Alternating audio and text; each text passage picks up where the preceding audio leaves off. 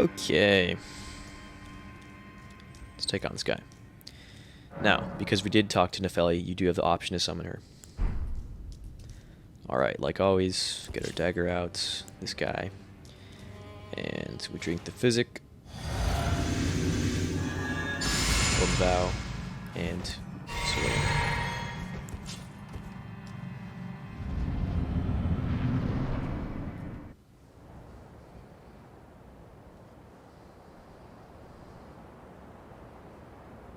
Mighty dragon, thou'rt a true-born heir. Lend me thy strength, O kindred. Deliver me unto greater heights. Well.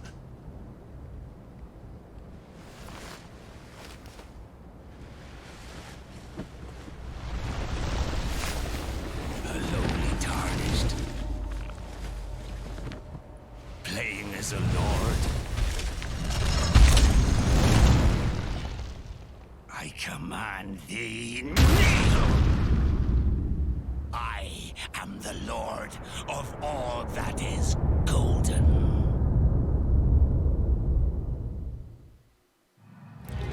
Okay. Godrick the Grafted. I meant to dodge that. Well.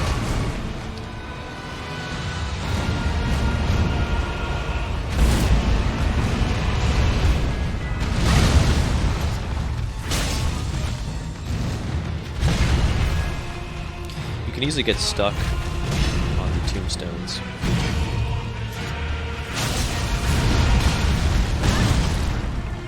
Oops. Okay. Alright, it's gonna do his like whirlwind attack thing.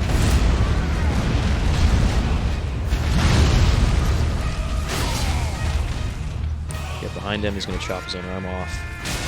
You want to get as much damage as you can in during this phase.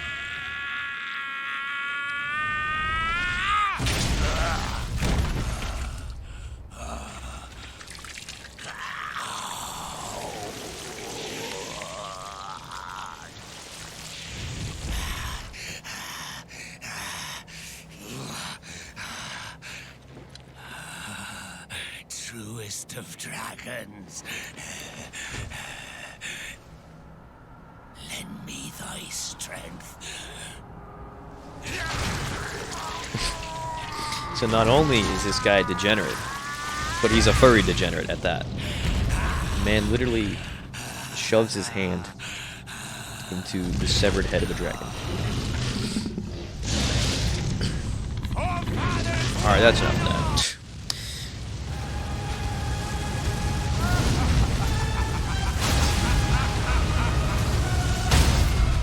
That's what I was looking for, the stance break.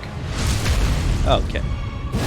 Yeah, so the reason I keep doing the charged unsheath attack so much is because it's great for wearing down boss's poise, and eventually, if you do enough like that, they'll stance break. And then it opens them up to a critical attack.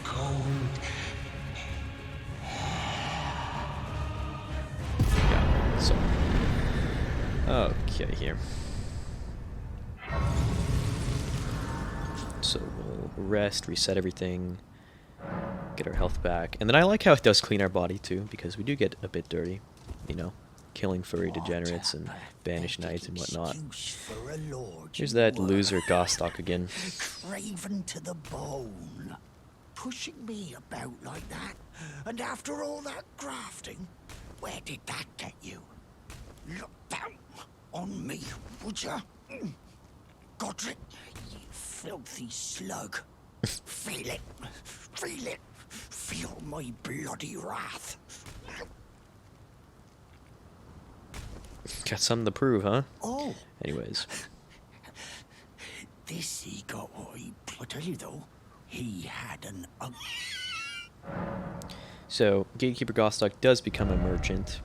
I'm not going to buy anything just yet because I do want to wait until his inventory expands. But yeah, after you kill Godrick, you can progress through his throne room. It's not much to look at because, yeah, like I said, he wasn't degenerate and wasn't much of a lord. It's, you know, it's funny, he's even a shard bearer.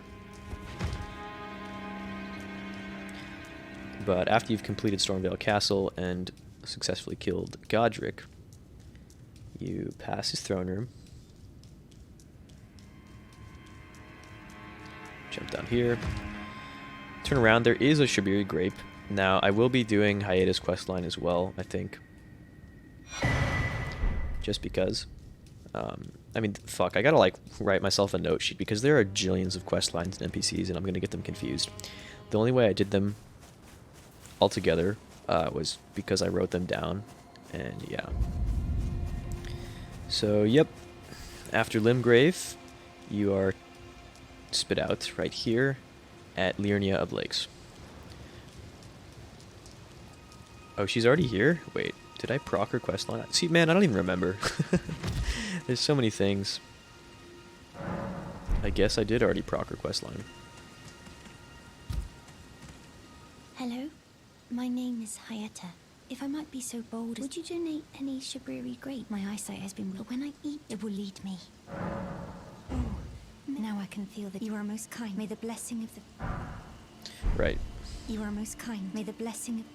Okay, so you give her grapes, and then you'll progress around the map and find her again and give her more grapes, and eventually she'll die. Like many NPCs in this game. She'll have a very tragic story to tell, and then she'll just end up dying on you. Speaking of NPCs... Magdalene another? Wonderful. You're most welcome to... Okay, Sorcerer Throps. Yeah, I've already talked to him. He's going to want a Glintstone key. Apologies, I'm afraid Oh, right. I can tell you what you've seen that struck. That's the Academy. Its doors will be after they declared the Academy blah, blah, blah. making entry to the and so on. When they come... About the Glintstone key, yeah. One? And you'll never... And if you want you... Would you... I know it, but still... So you found it. But I said that key... But I right. It's true, but that's no So yeah, I've already killed the dragon. Or not killed the dragon, but I've already found the Glintstone key. It's going to be, what, this guy right here. The one he's talking about. But, no, rather, the one he's talking about, you have to go find as well. That's a different one. Because, like he said, he can't take your key because it's yours. You have to then find his second one. And it's like, dude, how did the first guy know how to do all this shit? Like, absolutely ridiculous. So many items and NPCs and quests. Yeah. No, From Software, I guess it makes sense that they've never made a quest-heavy game, because it's definitely not their strong suit. They definitely excel at combat and lore, rather than outright stories and questing. Yeah, because there's nothing really in the way of quest UI, you know, that keys the player in on, like, who's going where, what to do here, etc., etc. You really only get these tiny, minuscule little NPC markers, right? So once you hover over a site of grace, you'll see Lightseeker Hyeta and Sorcerer Throps, but that's about it. And when you're all zoomed out, like, shit, you can barely even see that, so, yeah. Anyways, I think we'll cut it here. So I know we just completed Stormvale Castle and killed Godrick the Grafted, and typically, right after that would be the Lakes of Liurnia, which is this region right here. Let me get rid of that marker. Which is this region right here. That would typically be after Stormvale Castle.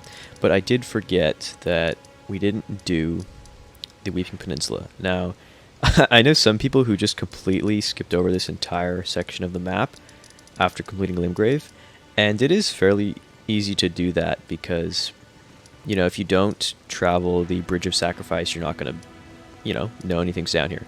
So we'll quickly wrap up the Weeping Peninsula. Like I said, because I did explore some of the map before recording, some of the sites of grace are unlocked already, but I haven't done anything too substantial. I haven't killed any, you know, field bosses or side bosses for that matter, so I'll just ride in on Torrent like you usually would on a playthrough. So you kind of want to hang back and bait that arrow, because it will knock you off Torrent and could potentially one-shot you. And as you come into Weeping Peninsula, there's a site of grace off to the right.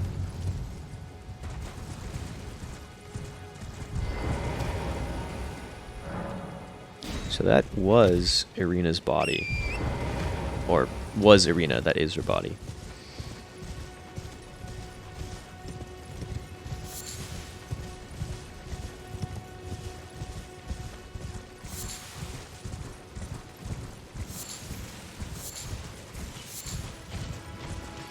As I ride past, I do like to pick up the roa fruit because those are essential for crafting any of the foul feet. You can either get the gold or silver variant, respectively being a rune increase or a discovery increase. Both are like invaluable come late game. So, right. So here's the first main site of grace you'll come across right there. And taking a look at the map, we can, I think we'll knock out that rise real quick. So let's get on Torn and jump up this spirit spring. First, we do want to come over to this castle, or not castle, like rampart thing, because it does have a good shield. I'm not going to be using it, but, you know, just for the sake of picking up the item, I'll grab that.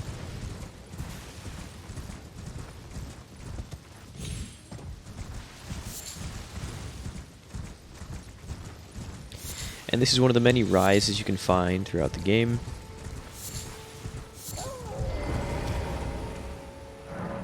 Seek 3 wise beasts. So what they do is typically, you know, you'll come to a rise, you'll read the statue, and just... what will typically happen is there'll be some kind of riddle that you have to complete to unlock the door. Because if you do go up to it, right, you interact with it, you cannot pass through because a seal is blocking the door. So, as you read here, seek 3 wise beasts. Now, the answer to the riddle is you have to go around the rise, right? It's not like around the map or anything. And you're going to find 3 tortoises. And you have to kill them. There's one. Oh, actually, the second one is like right there. Hidden in a bush. There's 2 out of 3. And the reason I went here first on instinct is because the third one is back here in the lake. But you may be wondering, okay, you said he's in the lake, where is he? Well, classic From Software, he is invisible. See, I'm walking, but there's something blocking my path. It's because it is an invisible tortoise. Now that all 3 are dead, walk back to the entrance, and the seal will be broken. Right, so all the rises are identical. Not puzzle-wise, but structure layout-wise. Once the seal's broken, walk through, climb up the ladder, and you will then ascend these stairs after the ladder. And there you go. In a chest is going to be a memory stone. Now, not every single rise has a memory stone. Some of them have dedicated sorceries and things like that, but most of them do have memory stones. And what a memory stone does is you see the 4 slots under memory stone. What those do is you can then equip that number of spells. So at this moment I can equip a maximum of 4 either incantations or sorceries. If I find more memory stones, I can increase that number. There's a total of 8 regularly, and you can get 2 more for a max of 10 with a special talisman, the Moon of Noxtella, I believe.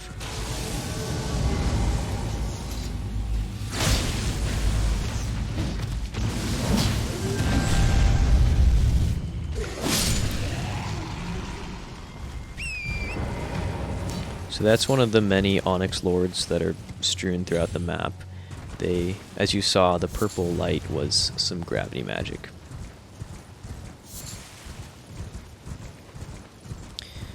And typically what I like to do after that rise is I'll come back here to the edge of the map, because it's very easy to miss this, right? It's right along the edge here.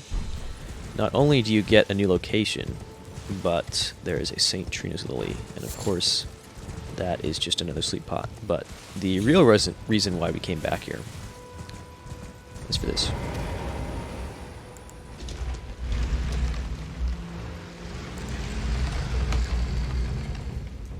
I believe the Impaler... Yeah, Impaler's Catacombs. Right.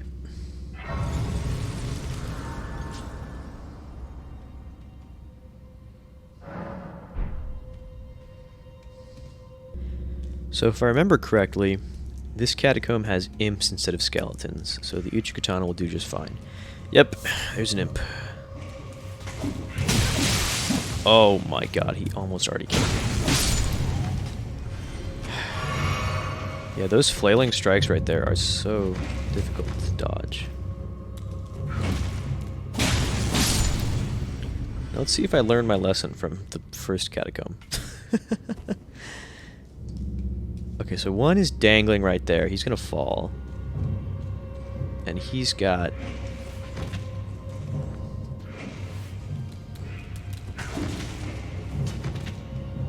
Right. Yeah, I'm just gonna take you guys on one by one. So yeah, a quick tip is to take them on one by one. Definitely do not let them surround you.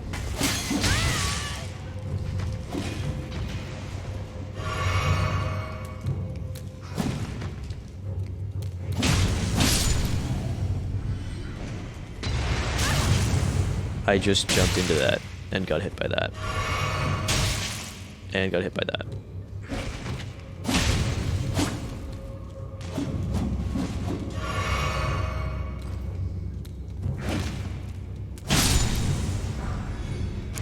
So they do have a chance to drop the forked hatchet, which is pretty shit. It's only good at applying bleed.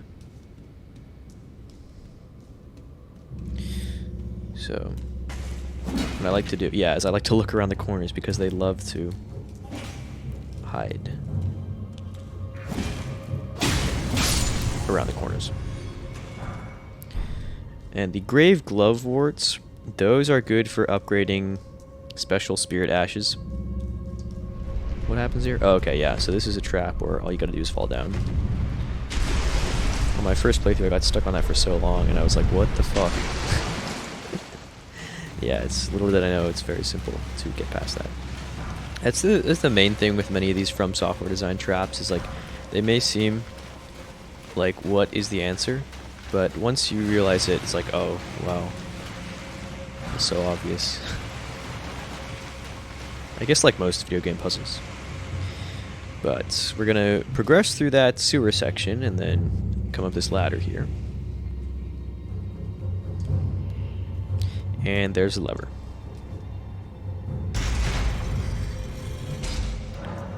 So there's a guy. Oh, how did he still get me? Okay, so I thought I was out of range, but evidently not. So you jump down, and conveniently there is the boss door. Now I actually forget who this boss is. I don't even remember. It might be a cemetery shade, which would be kind of bad news for me because I hate cemetery shades. Oh no, it's another. Oh fuck. Okay, I might actually have some trouble with this. Yeah, I forgot that. Fuck. Okay, that's not helping anybody. Yeah, that's really not helping anybody. Shit. Okay, yeah, so...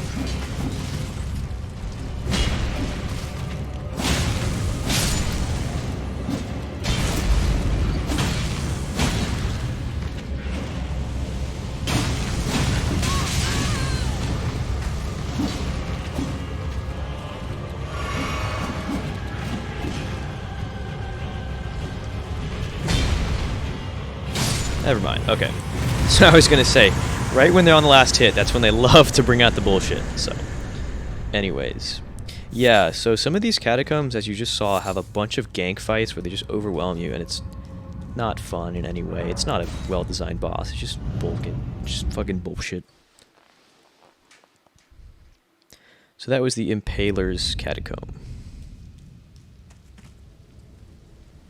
So after the Impaler's Catacomb, I did want to fast travel over here. See, if we zoom out, the Impaler's Catacomb was all the way on the far right-hand side. and we would have ridden torrents across the entire map to the far left-hand side at the 4th Church of America. Now, the reason I did this is because, well, you know, you can ride a horse in a straight line. It's not that eventful.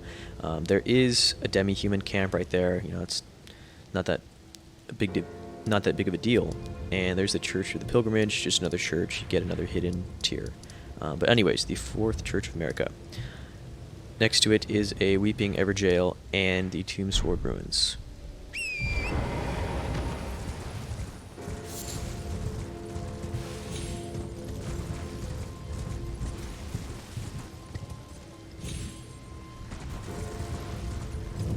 So some of these Everjails you do need a Stonesword key to access, which is kind of annoying. I hate the price of admission, but it is what it is.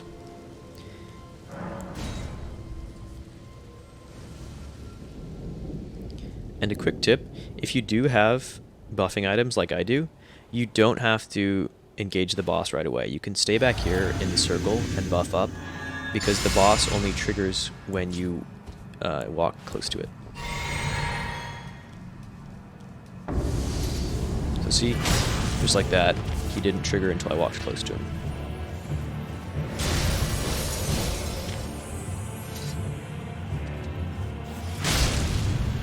I don't know why he's being so passive.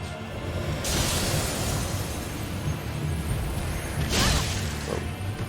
Came out of nowhere.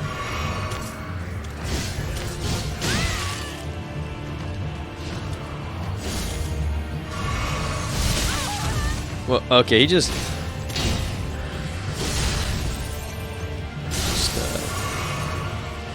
lunged at me there. Okay, yeah, ice is dangerous. Or frost, anyway. Frost proc is similar to bleed in that it does insane burst damage.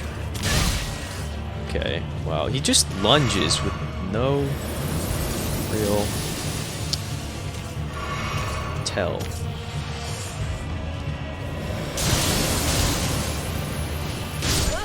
Oop.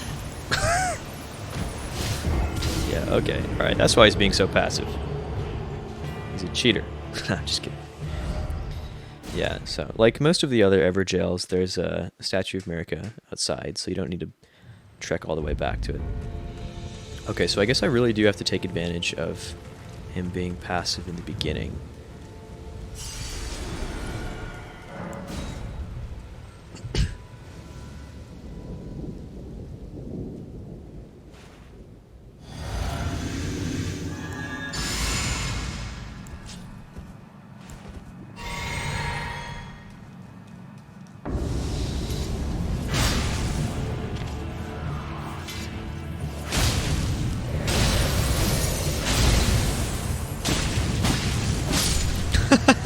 Yeah, that's usually how it goes on a level 1 run. It's like you either demolish the boss or you get demolished.